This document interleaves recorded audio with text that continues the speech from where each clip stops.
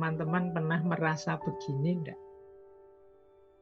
Yang pertama merasa bodoh.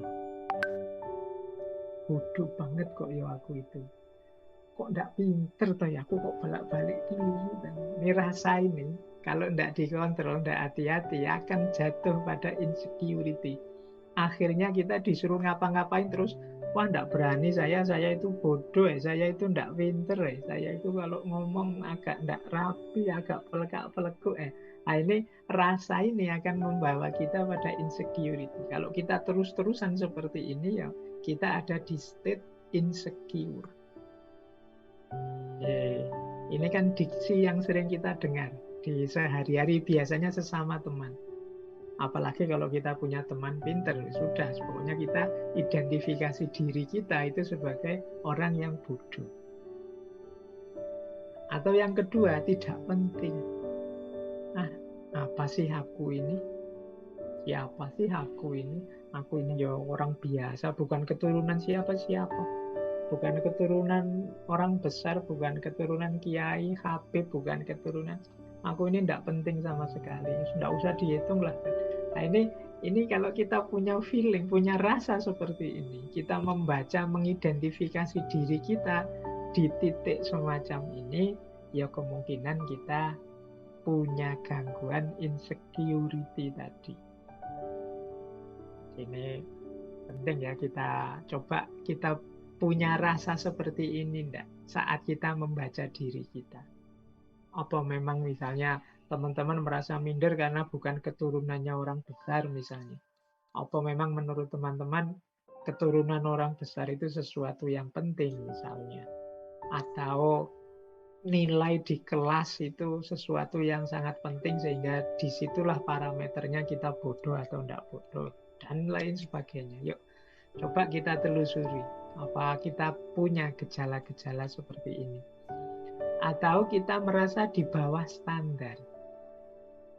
Dalam hal apapun.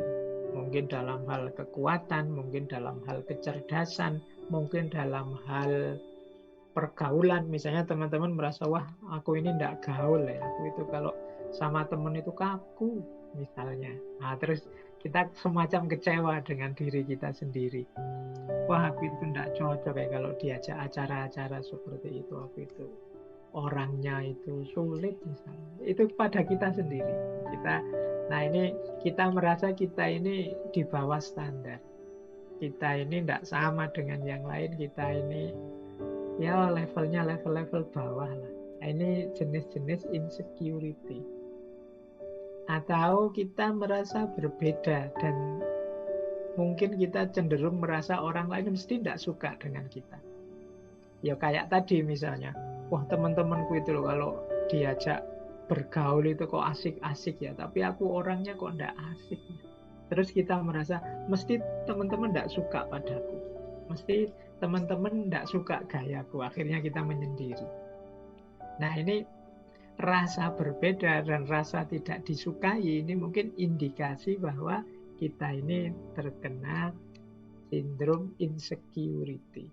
Rasa tidak aman, rasa tidak nyaman dengan diri kita sendiri.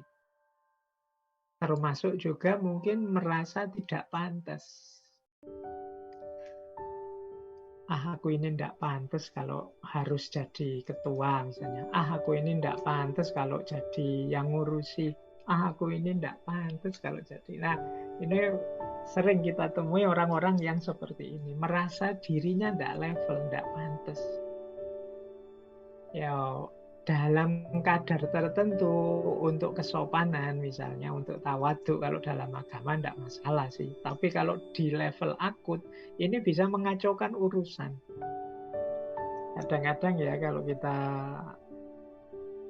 dalam hal tertentu misalnya mau ngangkat ketua itu, wah semuanya tawadhu, semuanya merasa tidak pantas, semuanya merasa di bawah standar. Akhirnya bingung, ini yang mau jadi ketua siapa? Semuanya menolak, tidak ada yang percaya diri. Semuanya merasa, wah enggak, saya itu apa sih? Saya itu siapa sih? Nah ini yang sering jadi masalah sehari-hari kita.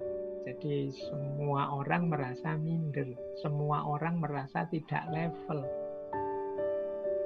Nah Nah, ini gejala-gejala ini coba deh teman-teman telusuri. Apa ada yang punya ini? Ya saya bilang tadi, dalam batas-batas untuk sopan santun basa-basi kadang-kadang ya kita, monggo yang lebih baik saja, yang lebih ahli saja, dan lain sebagainya. Tapi nanti kalau saatnya memang dibutuhkan, ya kalau memang kita mampu, ya kita turun saja, tidak masalah. Karena kalau semuanya saling merasa tidak pantas, ya banyak hal nanti tidak jalan. Jangankan urusan besar, kadang urusan kecil saja. Misalnya siapa sih kita misalnya mau sholat, kadang-kadang kan siapa yang harus jadi imam. Wah itu masing-masing, kamu saja, monggo saja sampean, monggo saling mempersilahkan. Lama ndak sholat-sholat gara-gara rebutan siapa yang mau jadi imam. Nah, padahal kan kalau di fikih kan ada syaratnya, ya pokoknya yang bacaannya lebih bagus, yang lebih soleh misalnya. Tapi ketika semua orang, wah saya itu bacaanku jelek, padahal mungkin bacaannya bagus, wah saya itu ndak soleh Pak, saya bacaannya bagus tapi kurang soleh, monggo lah yang lebih pantas. Semuanya saling mempersilahkan, sholatnya akhirnya lama ndak jalan-jalan. Nah, ya memang kita di timur ini sangat dianjurkan untuk tidak sombong, sangat dianjurkan untuk rendah hati. Tapi rendah hati oke, tapi kalau rendah diri itu insecure. Jadi semoga teman-teman bisa cerdas membedakan mana rendah hati, mana rendah diri.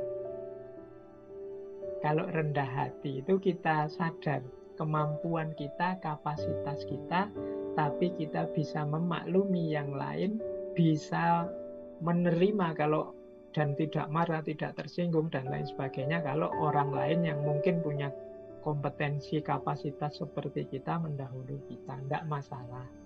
Nah itu namanya rendah hati. Monggo kalau ada yang memang merasa mampu silahkan. Nah itu namanya rendah hati. Tapi kalau rendah diri itu kita sama sekali tidak mau turun. Kita merasa tidak layak, tidak pantas, tidak mampu. Mental seperti ini loh yang sering disebut sebagai insecure. Maka teman-teman yuk, semoga di antara kita tidak ada yang rendah diri.